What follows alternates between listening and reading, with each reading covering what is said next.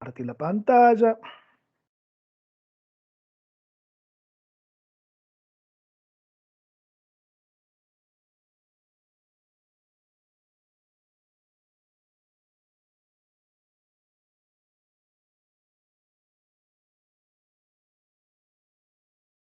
Bueno, ¿pueden ver, chicos, ahí la pantalla? Sí, profe, ahí se ve. Genial. Bueno, vamos a ir a donde habíamos dejado la semana anterior.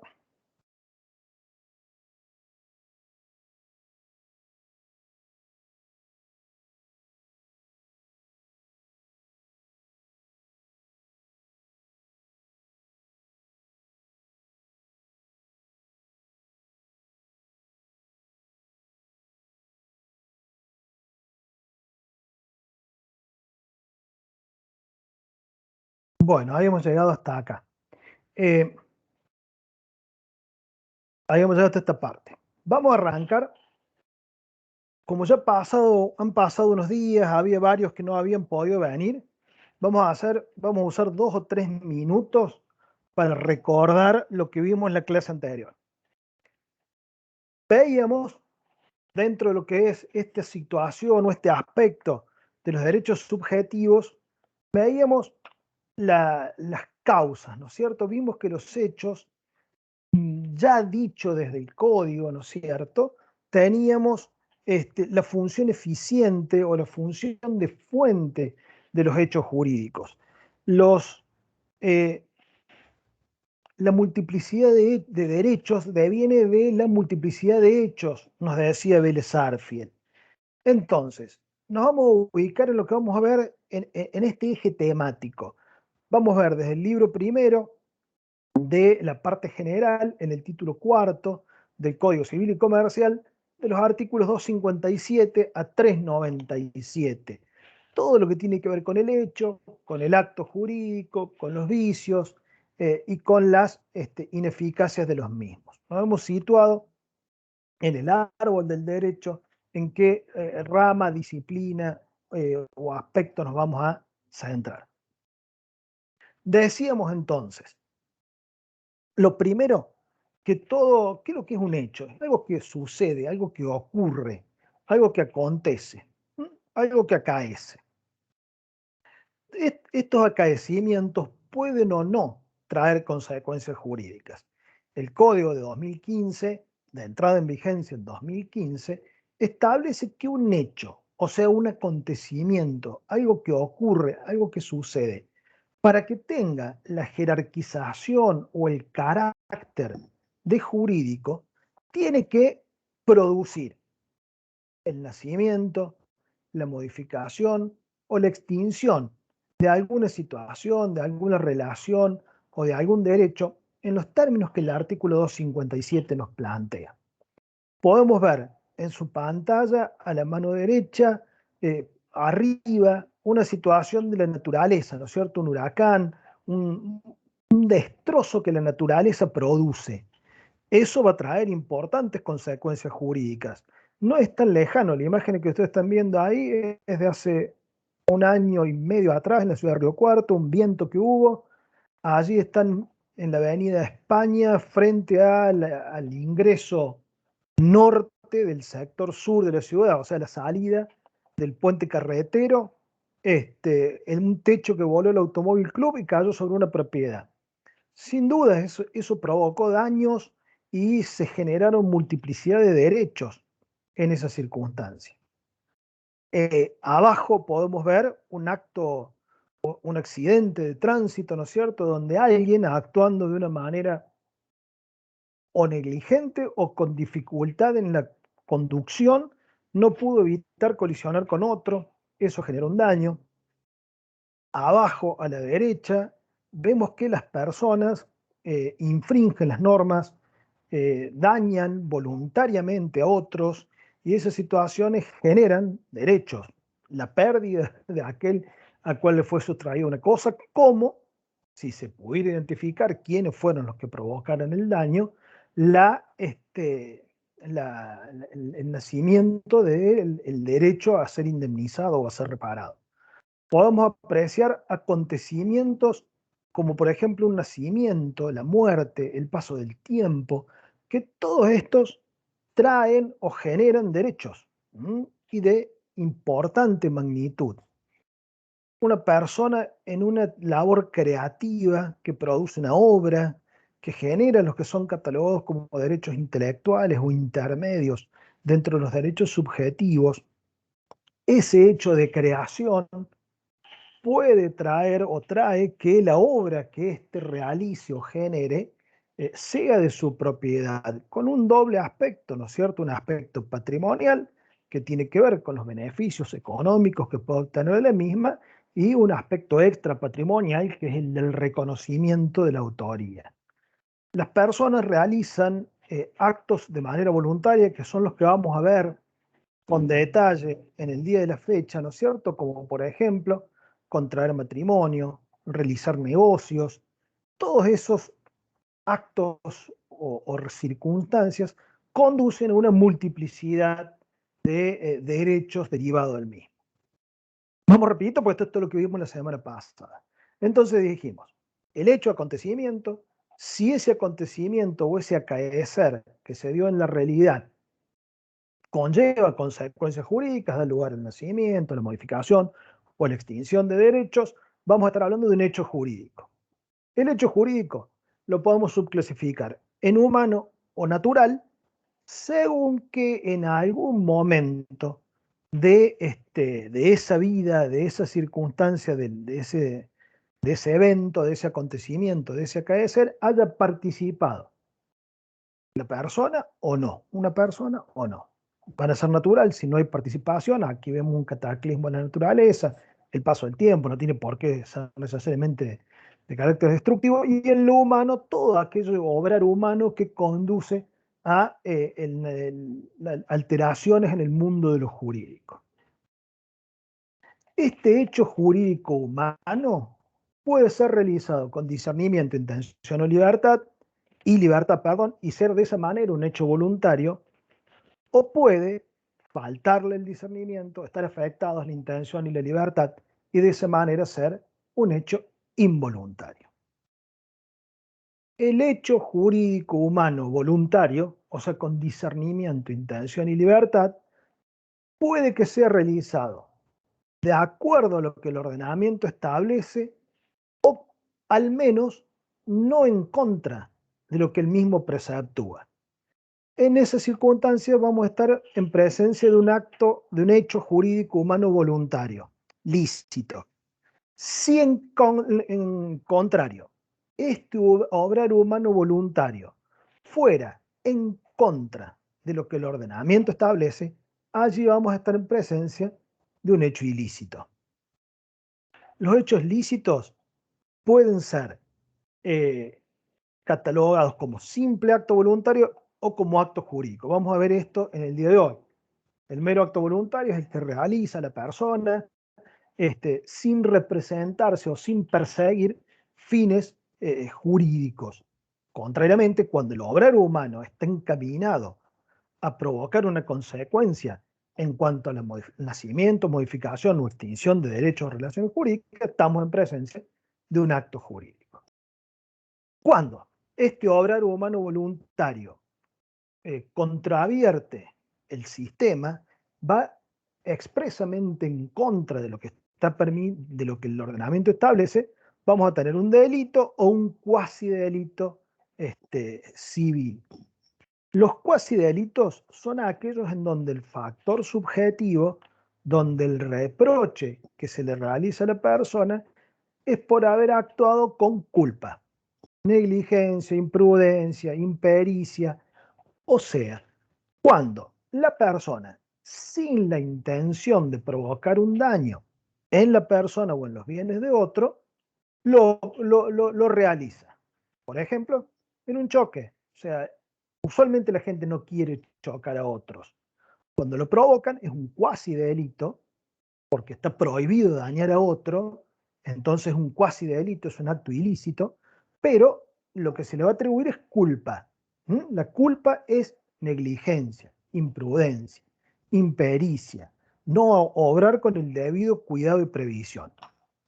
Contrariamente, o por otro carril en el mismo sentido, cuando el daño que se provoca injusto lo es con intención de dañar, ahí estamos hablando de un delito, ¿no es cierto? Cuando alguien roba algo, cuando alguien destruye una cosa sin tener el derecho para hacerlo, está encuadrado en un delito. Es un obrar doloso.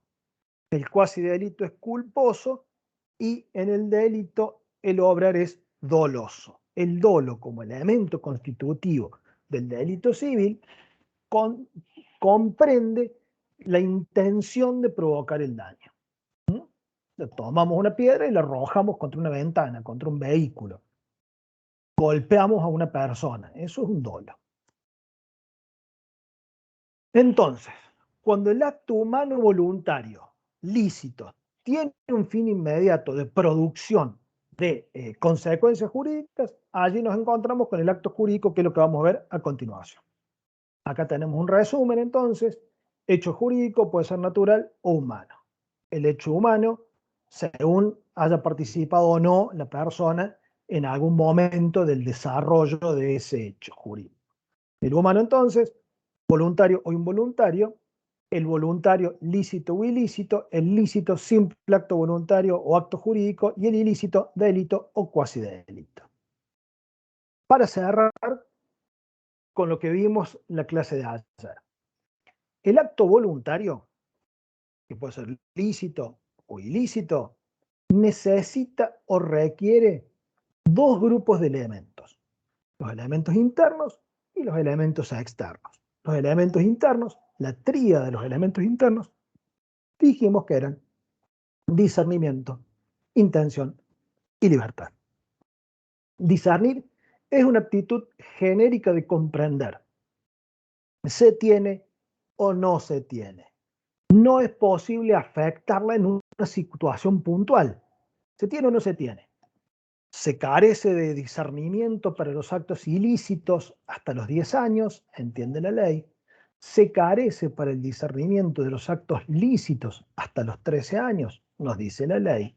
Se carece de discernimiento cuando, en función de una patología permanente, grave, se afecta la aptitud de comprender de la persona, y así lo recoge una sentencia judicial.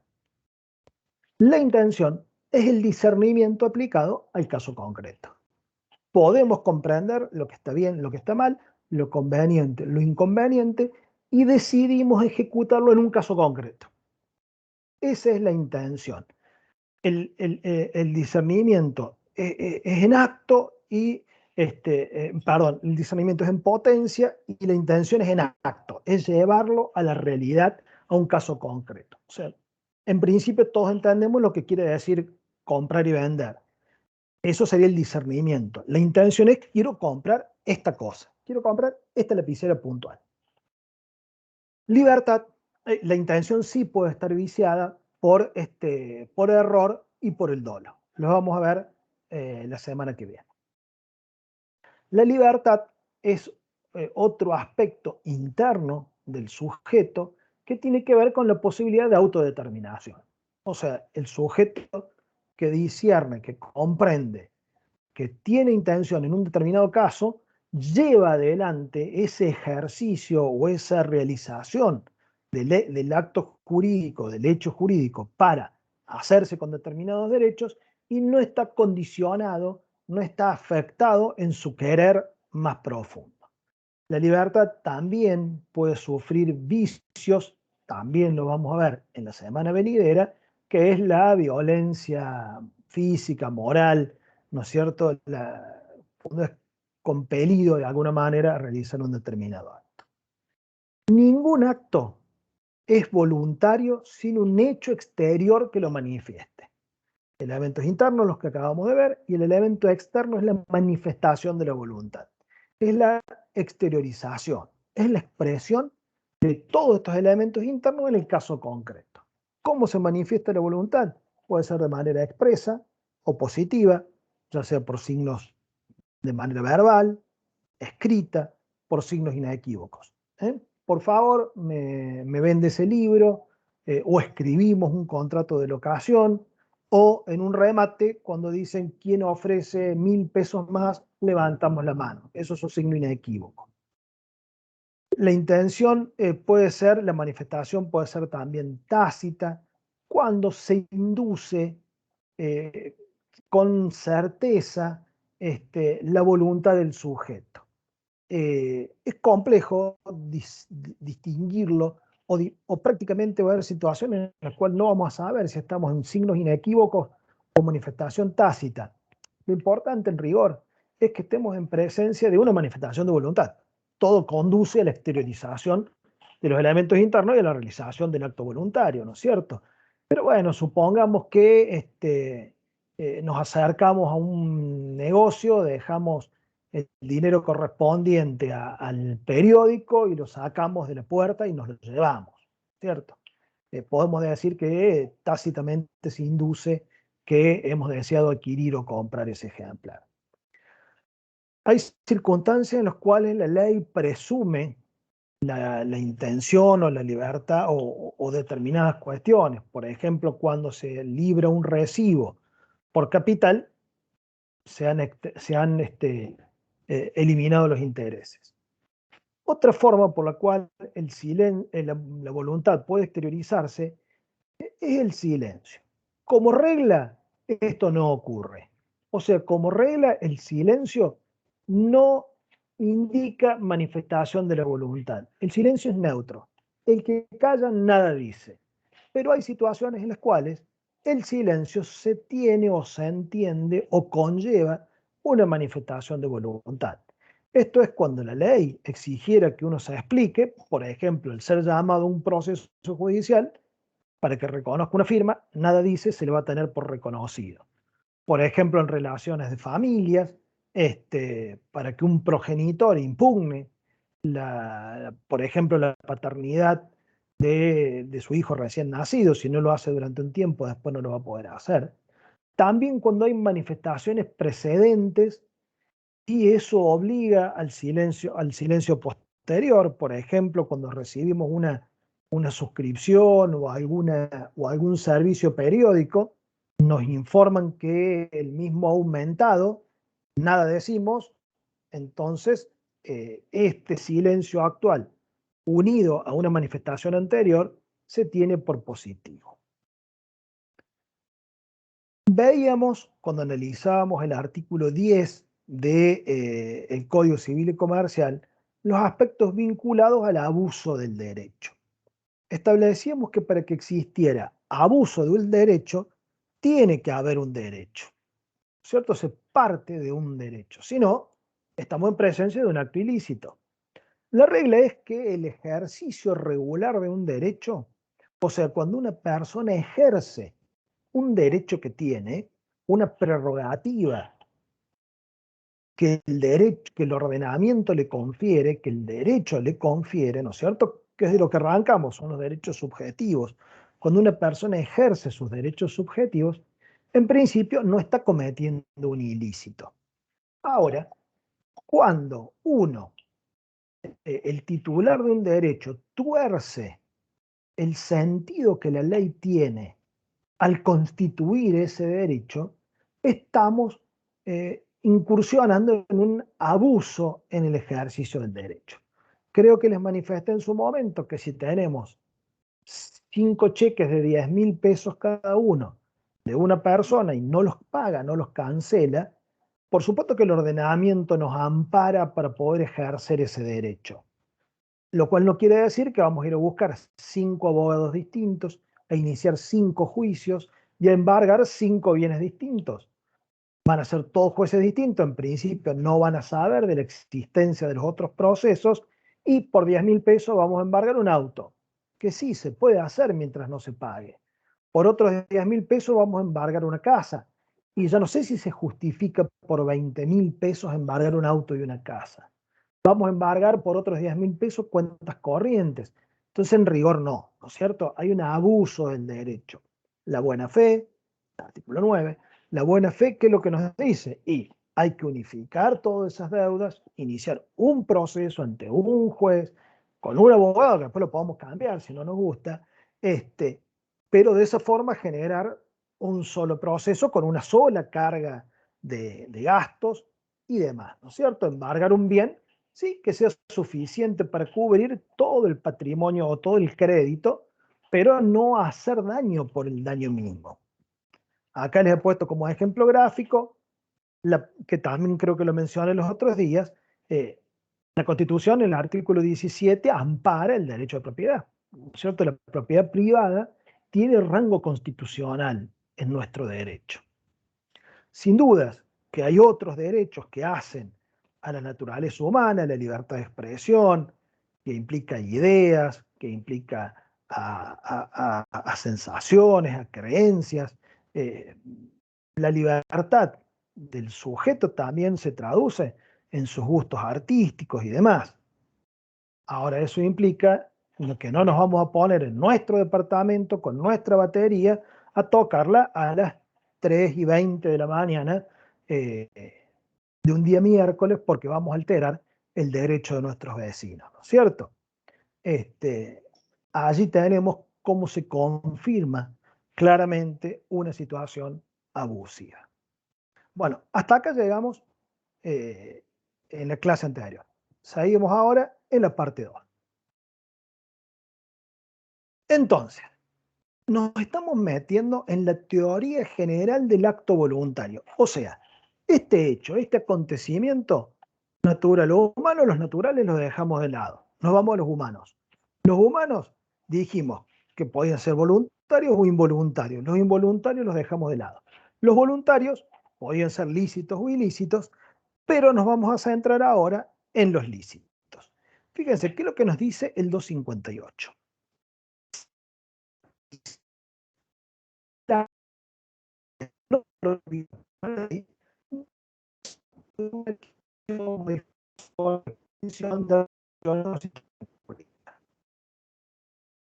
el sujeto realiza un obrar que no está prohibido por la ley y de ese obrar se generan derechos. ¿Mm? No es la voluntad, le he puesto, todo lo que está remarcado en negro lo hemos hecho nosotros. No es la propia voluntad la que crea o produce efectos, ¿no es cierto? Porque parecería ser que la acción voluntaria es solamente el querer del sujeto obrante, de la persona, quien genera derechos. No, no es así. Es la voluntad de esta persona, es el obrar el lícito acorde a derecho más la ley. Es la ley la que va a decir el derecho, en definitiva, que es más que la ley, el derecho, que de esa situación se generan determinados derechos. No es que el sujeto se plantee crear o generar derechos. Derechos de autor, por ejemplo, es el supuesto más sencillo, ¿no es cierto? A ver, el artista se sienta y escribe música. Si después escribe Imagine o Despacito y puede vivir toda su vida y muy bien en función de las regalías que esto le conlleve, es es un nacimiento extraordinario de derechos, en este caso de contenido patrimonial, pero que en principio no estaba encauzado a ese sentido. A ver, no por regla, ¿no es cierto? Quien realiza una creación artística, quien escribe un libro, eh, quien hace un guión de una película, quien saca una foto, en principio, en principio, no se está representando las consecuencias jurídicas que de ello derive. Eh, Cuando el ejemplo que creo que mencionábamos aquí los otros días, cuando vamos caminando por la calle y vemos que un vecino ha sacado una silla o una reposera a la calle porque está muy usada y no del todo buena, y nosotros decimos, che, yo la acomodo un poquito y me quedo perfecto. Y nos la llevamos. En ese caso no nos estamos representando que al haber una cosa abandonada, el poseer la misma equivale por título. No nos estamos representando esa situación. O sea, agarramos una cosa y nos la llevamos. Y en definitiva, incluso hasta podemos repeler después acciones incluso del propio propietario anterior. Supónganse que es nuestro vecino de enfrente. Agarramos, recuperamos una silla que se había roto el medio. Como tenemos alguna habilidad, le pusimos una tablita, la lijamos, la pintamos, la patinamos, qué sé yo, le pusimos un almohadoncito y lo engrampamos y quedó perfecta. Y el tipo nos mira y dice, esa era la silla que yo saqué, devuélveme la que es mía. No, usted la abandonó. Usted dejó el derecho que tenía. Era una cosa abandonada, no era una cosa robada ni perdida, sino que era una cosa abandonada. Y el tomármela paso a ser propietario. Ese simple acto lícito ha devenido en adquisición de derechos. ¿Sí? El 259 nos plantea el más jerarquizado de los hechos jurídicos. Es el acto jurídico. Todos los actos jurídicos son hechos jurídicos. No obstante, hay una cantidad enorme de hechos jurídicos que no son actos, porque vimos que para llegar al acto jurídico tuvimos que salir del hecho jurídico humano, ninguno de los naturales, obviamente, dentro de los humanos, los voluntarios, ninguno de los involuntarios, dentro de los voluntarios, los lícitos, ninguno de los ilícitos, y dentro de los lícitos, aquellos en los cuales la persona que lo lleva adelante lo realiza teniendo en miras la adquisición, modificación o extinción de relaciones o situaciones jurídicas, nos dice el 259. Le hemos acotado aquí que es la voluntad de las partes de acuerdo o conforme al ordenamiento jurídico. Si estuviera prohibido, no estaríamos hablando de un acto jurídico. Entonces, el acto jurídico es el acto voluntario, acto humano, voluntario, lícito, que tiene por fin inmediato la adquisición, modificación o extinción de relaciones o situaciones jurídicas, nos dice el 259. ¿Qué características presenta el acto jurídico? Es un acto humano que es voluntario, o sea, es con discernimiento, con intención y con libertad. El discernimiento sabemos que se tiene o no se tiene que tener. La intención tiene que estar presente, sin vicios, encausada, direccionada, saludable, y la libertad. La persona que realiza un acto jurídico lo tiene que hacer con facultad de autodeterminarse, sin presiones ni condicionamientos externos. Tiene que haber un fin inmediato. Tiene que estar encausado en un cierto sentido. Esto es lo único que distingue al acto jurídico del mero acto humano voluntario. A ver, nosotros necesitamos una reposera, una silla. Una cosa es si la encontramos en la calle y otra es cuando asumimos esa necesidad y nos vamos a un comercio y la compramos. Decimos, ¿qué tal? ¿Cómo le va? Por favor, me vende esa reposera, me vende esa silla, me vende esa mesa. Entonces ahí uno está sabiendo que está realizando un acto en pos de adquirir un derecho, de dar nacimiento a un derecho. ¿Cuál es el de propiedad sobre esa cosa? Obviamente que esto tiene que ser lícito. Si este acto humano voluntario lícito con un fin jurídico determinado no fuera lícito, no sería un acto jurídico. No es un acto jurídico el del hijo que mata al padre para heredarlo. ¿No es cierto? Es un acto voluntario que tiene un fin jurídico inmediato, pero no es lícito. ¿No es cierto? El acto jurídico se caracteriza por ser voluntario, por tener un cauce o una finalidad específica y por la licitud. Elementos esenciales. Cuando hablamos en derecho de elementos, nos podemos representar o podemos pensar, yo les digo porque ahora vamos a ver acá en actos jurídicos, en privado 2, lo van a ver en lo que son los elementos de las obligaciones, en lo que son los elementos de los contratos. Hay distintos tipos de elementos. Los elementos esenciales son aquellos que no pueden faltar.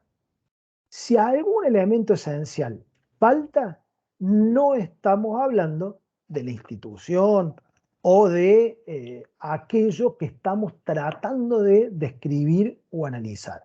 O sea, si dentro de el acto jurídico nos falta alguno de los elementos que ahora vamos a mencionar como esenciales, pues no vamos a estar en presencia de un acto jurídico. Será otra cosa, pero no un acto jurídico. Entonces, los elementos esenciales son los elementos sine qua non, cuya presencia se requiere indispensablemente para que la institución, lo que fuere que estamos tratando de identificar, se dé. Otro grupo de elementos son elementos naturales, que en determinadas circunstancias, en determinadas instituciones, hacen a su naturaleza, pero pueden las partes quitarlos. Ya van a ver en los actos jurídicos, en los contratos, que los contratos son actos jurídicos, por lo tanto tienen que tener todos los requisitos que vamos a ver ahora, en los contratos onerosos bilaterales, en aquellos que tengan prestaciones por las dos partes, por ejemplo la compra-venta, está la obligación las obligaciones de garantía, de saneamiento. O sea, el que vende una cosa tiene que garantizar que esa cosa es acorde al destino que se le debe dar. Si uno vende una casa es para poder vivir, si uno vende un auto es para que se pueda desplazar, y garantiza el derecho de esa cosa, ¿no es cierto? A ver, si uno vende un auto y ese auto está embargado, uno vende una casa y la casa tiene usurpadores que están viviendo hace más de 20 años, por lo tanto van a ganar en un eventual usucapión, eso el vendedor tiene que garantizar esa situación. Esos son elementos naturales, porque hace a la naturaleza de la compra-venta garantizar el derecho que uno transfiere. Pero las partes lo pueden excluir y sigue siendo aquello que estamos tratando de analizar. A ver, si en una compra-venta uno dice, mira, yo no garantizo el derecho que estoy transmitiendo, y el comprador de todos modos realiza la compra, es válida, es una compra-venta. Supónganse, viene un amigo de ustedes y le dice, che, vos sabés que estuve en la sierra y estuve viendo unos títulos y vi que tu abuelo o tu bisabuelo, qué sé yo, tenía un terreno en tal lugar. Y le dicen, mira, la verdad que sí, siempre nos dijeron que había unos terrenos ahí, bueno, te lo compro. Yo estuve viendo la escritura y es así. Mira, yo la verdad no sé si esos terrenos están libres, nosotros no fuimos nunca. Si hay gente que está viviendo ahí, puede hacer 30 años y yo te lo compro igual. Bueno, uno hace el convenio, el contrato y no garantiza por evicción. Eso se llama evicción. No se garantiza el derecho. Y es posible, ¿no es cierto? Es posible que eso ocurra porque es un elemento natural. Hace a la naturaleza de la institución que estamos analizando, pero no es esencial, no es sine qua non. Por lo cual, las partes lo pueden eliminar. Y después tenemos los elementos accidentales. Los elementos accidentales no están, pero si las partes quieren, los pueden incorporar. Son fundamentalmente la condición, el plazo y el cargo. Si uno vende algo, si Juan vende a Susana un libro, ¿cuándo hay que pagarlo? Ahora. ¿Cuándo hay que entregarlo? Ahora. No obstante, puede Juan decir, che, mira, el libro que te voy a vender, lo que sí lo tengo en mi casa, que es en la otra punta de la ciudad o es en el pueblo que queda a 50 kilómetros, yo te lo traigo mañana. Bueno, perfecto, tráelo mañana y mañana te lo pago. Entonces el contrato queda hecho, la compra-venta, pero la obligación de entregar la cosa se transfiere 24 horas, la obligación de pagar el precio se transfiere 24 horas, quiere decir que las partes han colocado un plazo. Disculpen un poco larga la introducción. Elementos esenciales son aquellos sine qua non, son aquellos cuya ausencia destruye, inhibe, enerva lo que estamos analizando. Sin alguno de los elementos esenciales, no hay lo que estamos viendo. Ahora estamos viendo actos jurídicos. Si falta alguno de los elementos esenciales, no hay actos jurídicos. Los elementos naturales son aquellos que están, pero las partes los pueden retirar, los pueden voluntariamente eliminar, aunque hacen a la naturaleza de lo que estamos viendo. Por ejemplo, las garantías de saneamiento, de los vicios redivitorios, la garantía de evicción. Y los elementos accidentales no están, pero las partes lo pueden colocar. Plazo, condición, cargo, que ya los vamos a ver. ¿Sí? Sujetos, elementos esenciales, elementos naturales y elementos accidentales. Esenciales del acto jurídico. El primer elemento esencial del acto jurídico es el sujeto. ¿Quiénes pueden ser sujetos de actos jurídicos?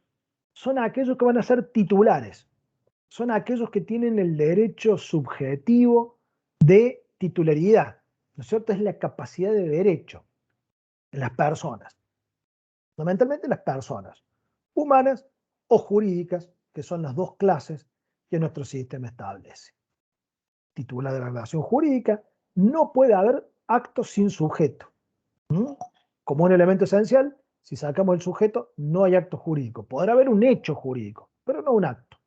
Requiere de capacidad en principio de derecho, para ser titular de ese derecho, y si después quisiera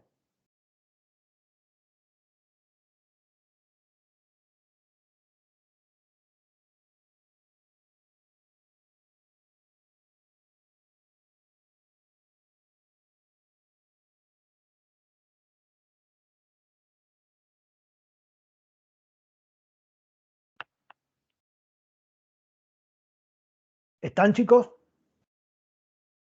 Sí, profe, se había cortado. Bien, bárbaro. ¿Siguen viendo la presentación o no? Sí, profe. Ah, bueno, bárbaro. Volvemos entonces. Esperen que se me pasó. Entonces, hablamos de la capacidad de derecho en principio y de ejercicio si es que vamos a realizar el acto jurídico por la propia persona que pretende ser titular del derecho o modificar el que hubiere, ¿no es cierto? De todos modos, sabemos que la capacidad de ejercicio es subsanable, o sea que si alguien carece de capacidad de obrar, capacidad de ejercicio, puede ser representado por otro. O sea, otro puede en su nombre y representación ejercer sus derechos y que los mismos les sean atribuidos al representado. ¿Sí? Entonces, primer elemento esencial para que exista acto jurídico es sujeto. Personas humanas o jurídicas. Estos van a ser titulares de la relación y se requiere capacidad. Objeto. Sujeto, objeto. ¿Qué es o cuáles son objetos de los actos jurídicos? Son hechos, actos. El 279 nos da como un concepto negativo. Dice que el hecho del acto jurídico no puede ser un hecho imposible. Por ejemplo, cruzar el río, el océano a nado, tocar el cielo con las manos, volar solo, o sea, esa imposibilidad pues tiene que ser física o jurídica, ¿no es cierto? No podemos, todas las que mencionaba recién eran incapacidades físicas. No se puede, por ejemplo, hipotecar un auto. No se puede prendar una casa, ¿no es cierto? Las hipotecas son solamente sobre inmuebles o sobre buques y las prendas son sobre bienes muebles, registrables o no, pero no sobre inmuebles. Por supuesto que el objeto del acto jurídico no puede ser prohibido por la ley, ¿no es cierto? No se pueden vender bienes de dominio público del Estado. No podemos comprar una plaza, ¿cierto? Primero habrá que hacer una desafectación de ese carácter del bien para poder de esa manera eventualmente adquirirlo o no.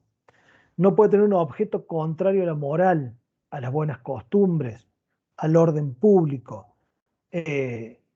No podemos constituir una agrupación para secuestrar gente, o no podemos contratar a otro para que mate a un tercero, ¿no es cierto? Eh, los actos jurídicos no pueden tener como objeto alguno que sea lesivo de derechos ajenos a la dignidad humana. No podemos contratar a alguien para que ridiculice a un tercero, para que haga una campaña de desprestigio en las redes sobre nuestro vecino, sobre un compañero de trabajo o sobre una expareja. Y por supuesto, como cláusula o válvula de escape, nos dice el código que tampoco pueden ser objeto de los actos jurídicos aquellos que por algún motivo especial se hubiera prohibido que lo fueran. Incluso aquí hasta la voluntad individual puede jugar. Por ejemplo, uno puede decir, bueno, yo te dono este inmueble, pero lo tenés que conservar en tu patrimonio. O sea, no lo puedes vender. Entonces, esa cosa está como excluida de la posibilidad de ser objeto de actos jurídicos por una prohibición. Entonces, como regla, la regla primaria, ¿cuál es? Cualquier cosa puede ser objeto de hechos y actos jurídicos. Estas cosas pueden ser materiales o inmateriales, ¿no es cierto? Un auto, una casa, un libro, un contrato, un derecho intelectual, todos pueden ser objetos de actos jurídicos. Debe ser posible, debe ser lícito y tiene que estar determinado. ¿Qué quiere decir que esté determinado? Es, te vendo una casa, bueno, sí te la compro. Eso no es un acto jurídico. Es, te vendo la casa que está situada en tal lugar, de tales características, a tal precio. Tiene que ser determinado o determinable en última instancia. Una determinabilidad que sea certera, ¿no es cierto? La producción de el campocito en tal lugar. No sabemos bien cuánto va a ser la producción, pero esa producción. A tantos pesos el quintal de lo que fuera. No puedo seguir más porque no sé cómo se producen, ni cómo se cobran, ni cómo se venden esas cosas. ¿Sí? Entonces, lo sujeto, persona con capacidad, objeto, regla, libertad de objeto, no puede ser de acuerdo a estos conceptos que desgrana el 279, son los dos primeros elementos esenciales del acto jurídico.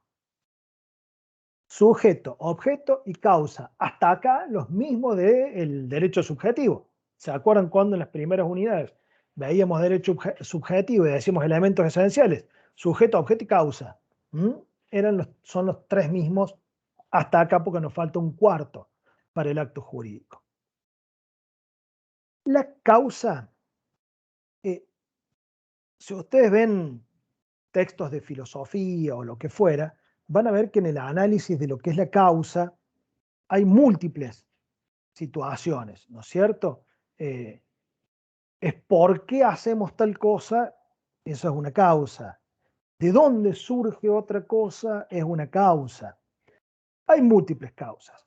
Cuando hablamos de acto jurídico, acá es distinto a cuando hablamos de derecho subjetivo. Cuando hablamos de derecho subjetivo, hablamos de causa fuente. Cuando hablamos de actos jurídicos, hablamos de causa fin.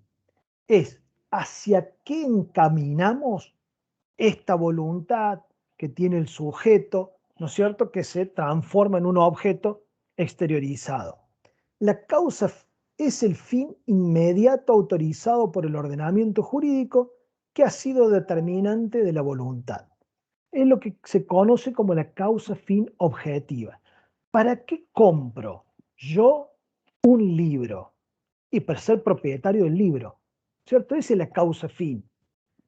En principio, ¿para qué compro algo? Para eso. Ese es el fin jurídico, el tornarme en propietario. Ahora, si yo estoy en un remate y compro algo porque lo puedo pagar y porque no quiero que el que lo quiere comprar lo tenga, porque yo estoy mejor que él en este momento, y cuando salga lo tiro, lo quemo, lo prendo fuego, en realidad lo compré con otro fin. Es que aquel de allá no lo tuviera, ¿no es cierto? Pero esa en realidad no es la causa fin del acto jurídico, ¿cierto? La causa fin es una causa fin objetiva que tiene que ver con la finalidad jurídica a la cual conduce el acto. O sea, ¿a qué consecuencia jurídica conduce el acto? Esa es la causa fin y que no puede faltar. O sea, no, si falta la causa, no hay acto jurídico. Entonces, la causa fin es el fin inmediato autorizado por el ordenamiento jurídico que ha sido determinante de la voluntad. Es la causa fin objetiva. El 281 incorpora lo que no existía antes de 2015, la causa motivo. Dice, también integran la causa los motivos. El para qué quiero yo comprar algo. No solamente para ser propietario. También integra la causa, nos dice, los motivos exteriorizados. O sea, no si nos lo guardamos. Los motivos tienen que ser exteriorizados, siempre y cuando sean lícitos y hayan sido incorporados en el acto en forma expresa o tácita, si son esenciales para ambas causas. O sea, una causa fin subjetiva. ¿Para qué compro yo un terreno cito en determinado lugar de la ciudad? Y lo compro para ser dueño. Esa es la causa fin objetiva.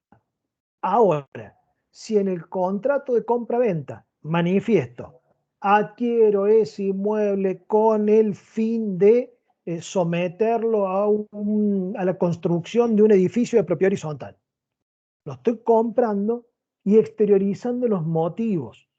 O si compro un campo para siembra, para pastoreo o para producción pecuaria o para producción agrícola, pueden ser cuestiones distintas.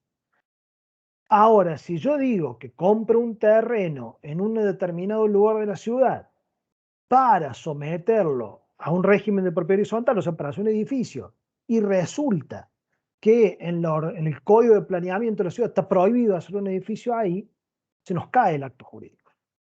Si no hubiéramos dicho o expresado estos motivos, no hay forma que se caiga, porque ¿qué le vamos a ir a decir que lo vendió? Che, yo te completo para hacer un terreno. Y bueno, qué sé yo, para hacer un edificio. No sé para qué lo compraste vos. Yo lo ofrecí, vos lo compraste, cerramos el acto jurídico y listo.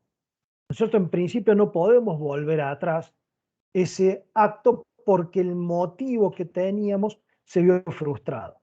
Ahora, el código nos da la posibilidad de que si esos motivos son lícitos y lo incorporamos de forma expresa, puedan sí ser traídos a colación o traídos a cuenta o exteriorizados para, por ejemplo, dejar sin efecto el acto del cual se trata. Vemos algunos caracteres de la causa. La causa se presume, nos dice el 282, o sea, hay veces en las cuales no vamos a poder exteriorizar con claridad la causa fin, pero se presume, no hay acto ni obligación sin causa. Él también incorpora este mismo 282 que dice que el acto es válido aunque la causa expresada sea falsa si se funda en otra verdadera.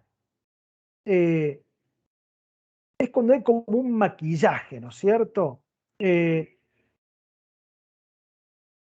Por ejemplo, cuando disfrazamos una compra-venta, seamos cuidadosos, ya después vamos a ver lo que es la simulación. Cuando disfrazamos una donación con una compra-venta, simplemente para no hacer quedar mal a quien lo recibe. Cuando lo hacemos de otra manera, les repito, ya vamos a ver en simulación que eso está mal. Pero si no trae ninguna afectación a derechos de terceros, lo podemos hacer perfectamente. A ver,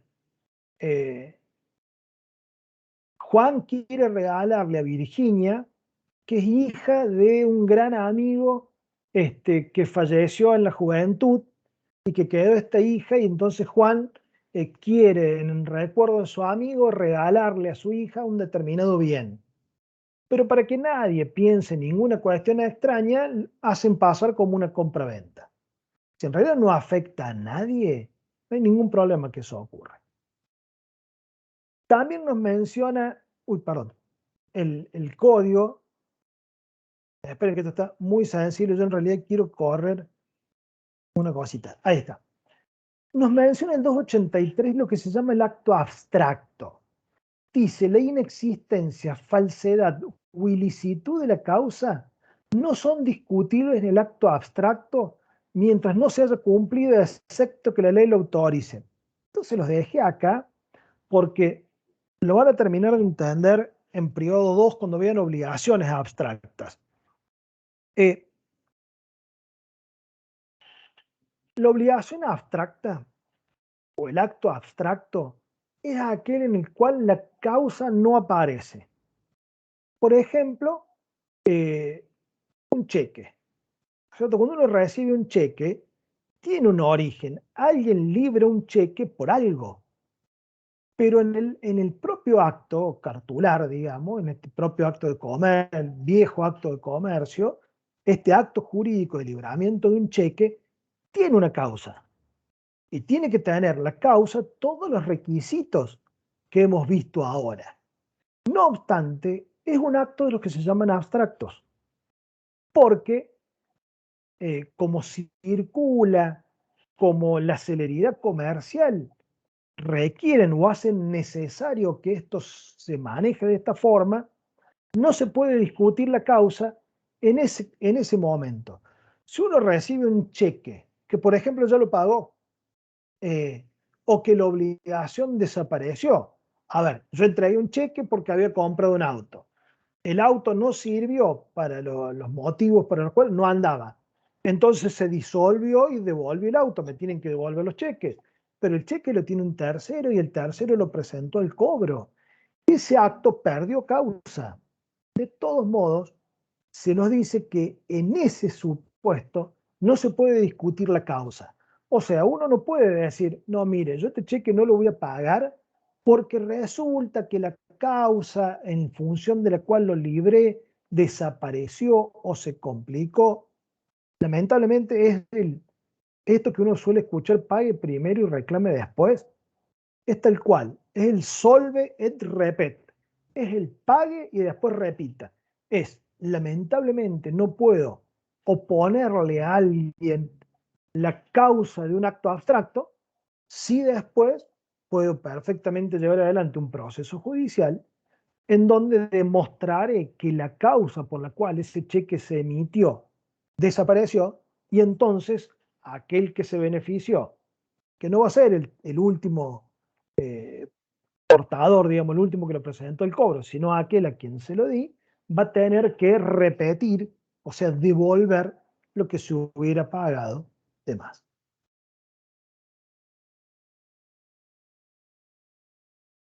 Déjenme ver un poquito. Vamos a ver unos minutos el concepto de la forma. Esto en rigor lo que vamos a ver ahora sería si uno hace una distribución más o menos lo que tendríamos que ver el lunes, pero prefiero avanzar un poquito, entonces el lunes nos queda más aliviado. Elementos esenciales del acto jurídico son 4: sujeto, objeto, causa y forma. Esos son los 4 elementos esenciales del acto jurídico. Por eso les decía recién, hasta acá tenemos todos los elementos del derecho subjetivo: sujeto, objeto y causa. El acto jurídico le agrega la forma, el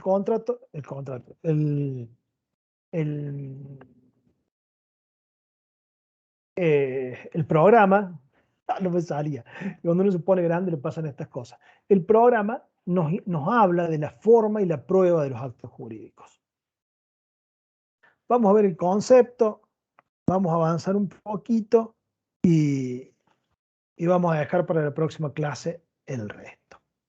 El 260, que es lo que habíamos visto en el encuentro anterior, nos dice que el acto voluntario, o sea, aquel realizado con discernimiento, intención y libertad, tiene que manifestarse a través de un hecho exterior. Eso es la forma. La forma es esencial, porque si no nos quedamos solamente en los elementos internos. ¿No es cierto? Esa exteriorización es la forma. He colocado aquí el no distinguir forma con formalidad. Esto me gusta recalcarlo porque si no puede llevar a equívocos. Muchas veces una persona entra en tenencia, o sea, entra a habitar un inmueble de otro con la intención de plasmar una locación y no suscriben el contrato, ¿no es cierto? Pero pagan todos los meses y hay recibo. Entonces dice, tengo un problema con el inquilino, con el que vive en casa, pero no hay contrato.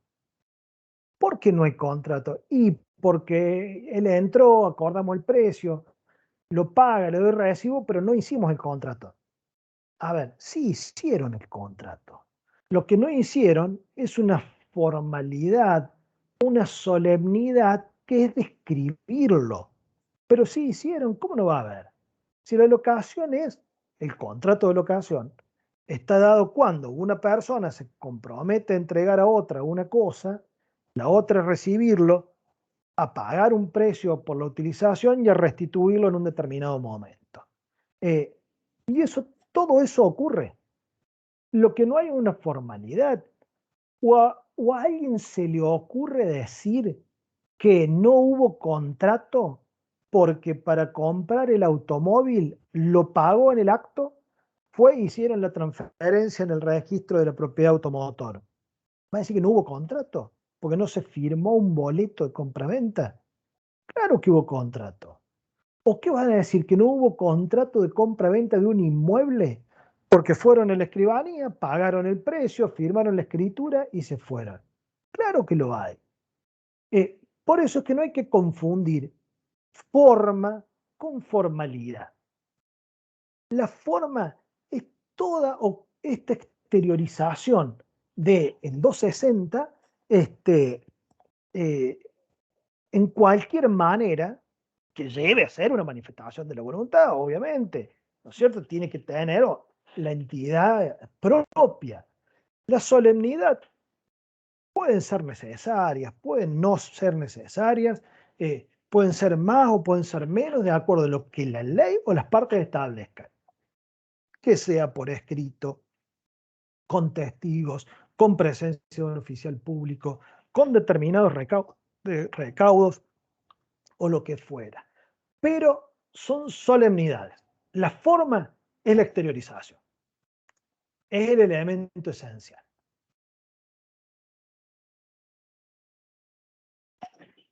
¿Qué forma tiene un acto jurídico?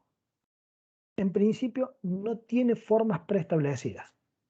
En principio, son las partes las que deciden de qué manera se van a realizar los determinados actos jurídicos. ¿Qué es lo que nos dice el 284? Que hay libertad de formas. Si la ley no designa una forma determinada para la exteriorización de la voluntad, las partes pueden utilizar las que estimen convenientes. Las partes pueden convenir una forma más exigente incluso que la impuesta por la ley. ¿La ley qué dice? Por ejemplo, dice, y si usted quiere hacer un testamento, tiene que hacerlo dentro de este menú que la ley les plantea. Lo puede hacer a través de un escribano público, lo puede hacer de manera hológrafa, eso implica que de puño y letra lo tiene que hacer completo y firmarlo. Ah, entonces yo lo puedo imprimir en la computadora y firmarlo. No, eso no es un testamento. Aunque yo ponga testamento, no, porque la forma la establece la ley. Si usted se quiere casar, bueno, primero que es su decisión, cada uno sabe sus cosas.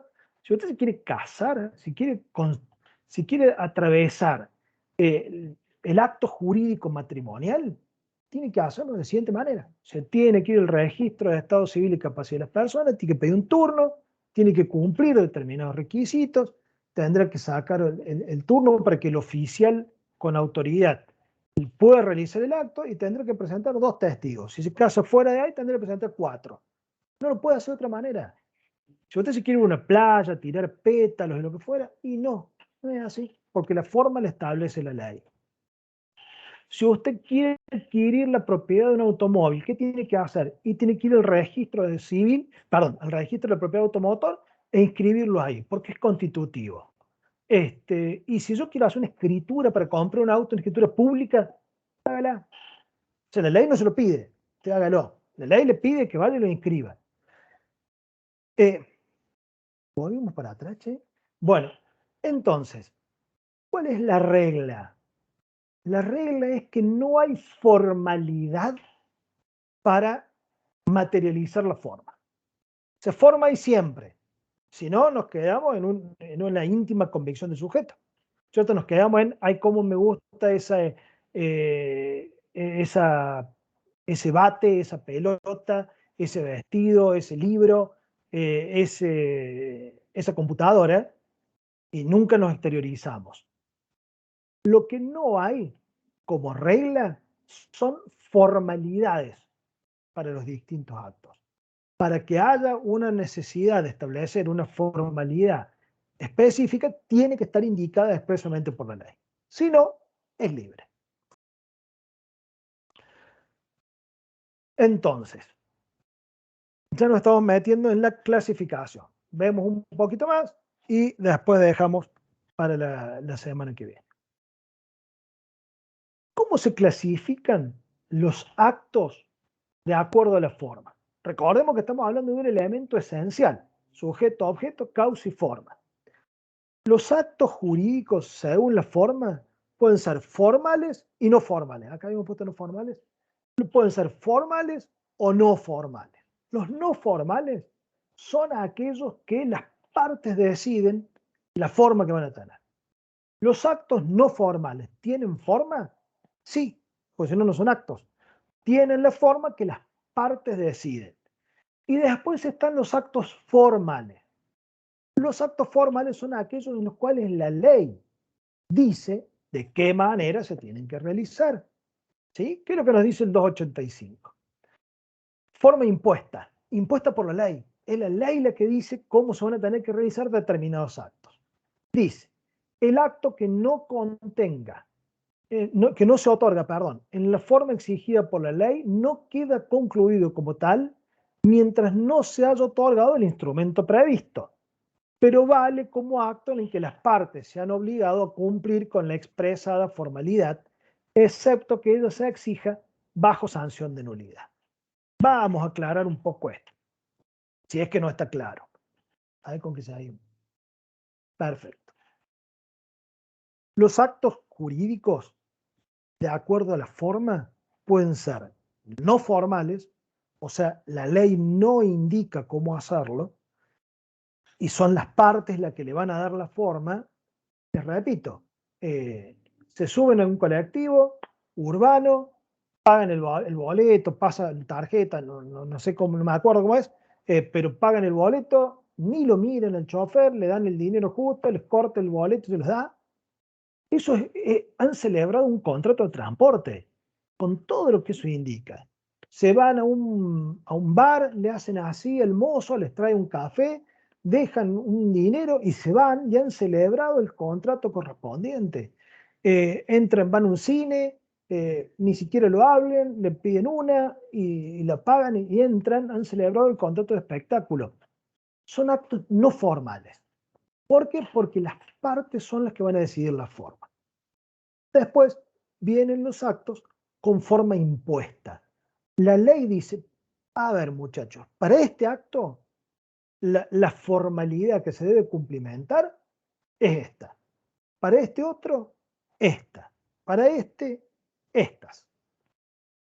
Entonces, mientras esas formas no se cumplan, el acto no va a valer como tal.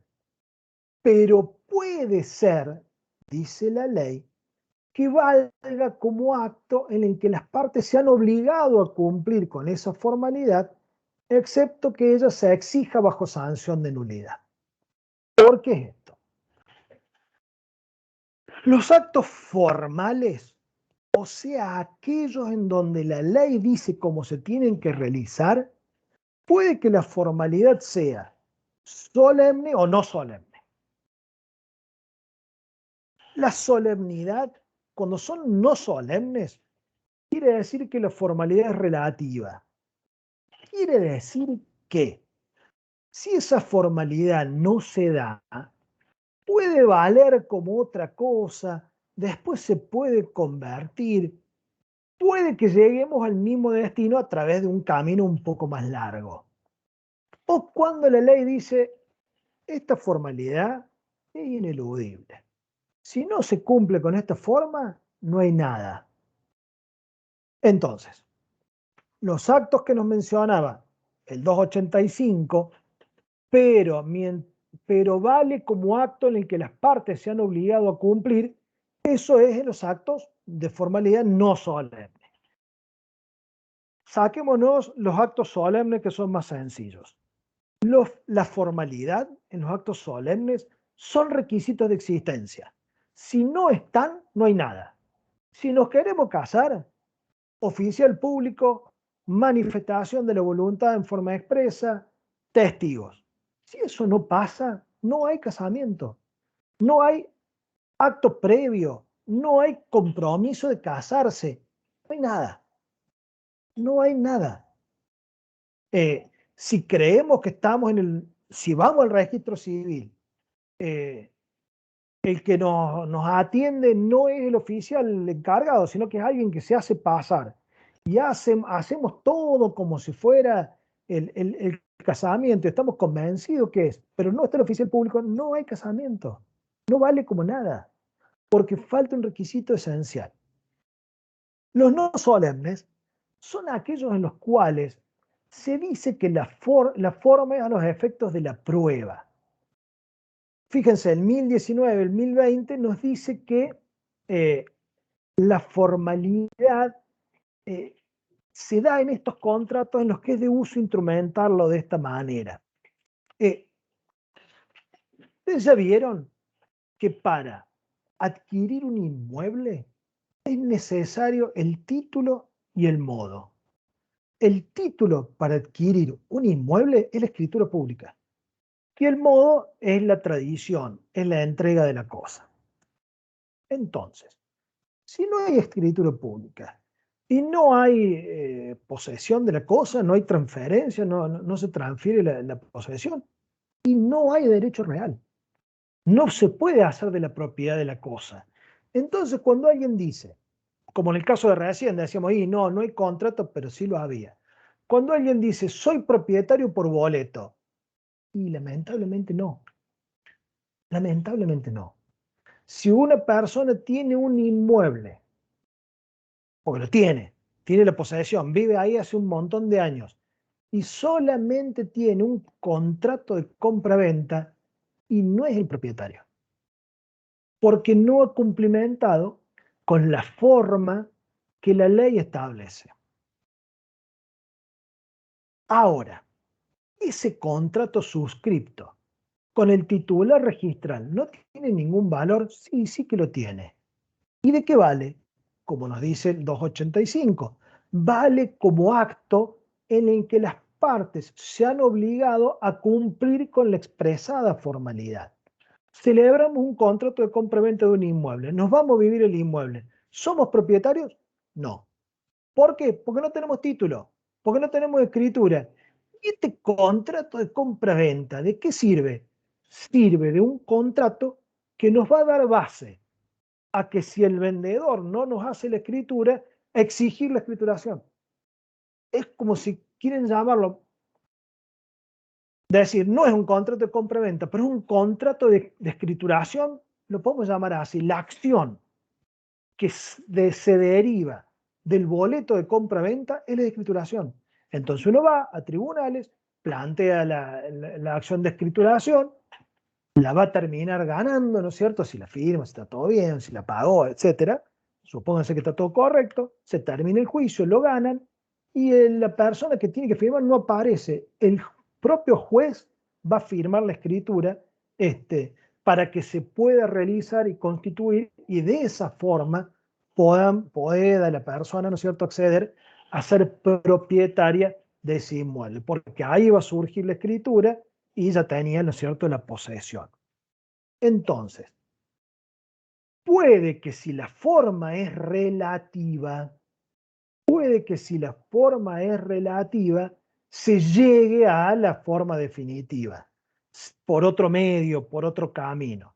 Ahora, cuando la formalidad es absoluta, cuando es solemne, no podemos llegar por otro camino. Tenemos que reunir todos los requisitos necesarios.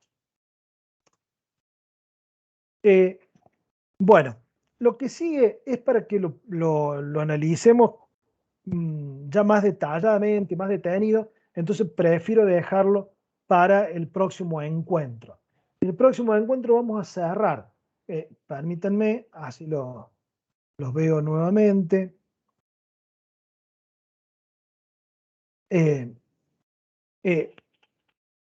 el próximo encuentro vamos a terminar con la cuestión de la forma. Quería dejar planteado, les repito, cuando uno estructura en 3 partes esta unidad, la primera parte vemos lo que son los hechos, la segunda los actos, y en la tercera el elemento esencial del acto jurídico de la forma. Como es un poco largo lo de la forma, preferí dejarlo planteado para que en el próximo encuentro veamos, repasemos esta primera parte de forma y podamos ordenarla, traer los ejemplos y ver todas las cuestiones puntuales de los distintos tipos de instrumentos y de documentos y de pruebas. Chicos, ¿dudas, inquietudes? No, profe, se entendió muy bien. Oh, bueno, muchas gracias, Aurea. Bueno, entonces, bueno, que tengan buenas... la semana que viene es corta encima. Bueno, nos vemos el martes. El martes terminamos con esta unidad y la otra semana vemos lo que sigue de los vicios propios de los actos jurídicos y los vicios de la voluntad. Así que bueno, si no tenemos más, les dejo un saludo y nos vemos en la próxima. Gracias, profe. Gracias, chicos. Un gusto compartir este rato con ustedes. Gracias, Vamos profe. Nos vemos. Gracias. Que anden bien. Vamos a dejar de grabar. Chao. Nos vemos. Hasta luego.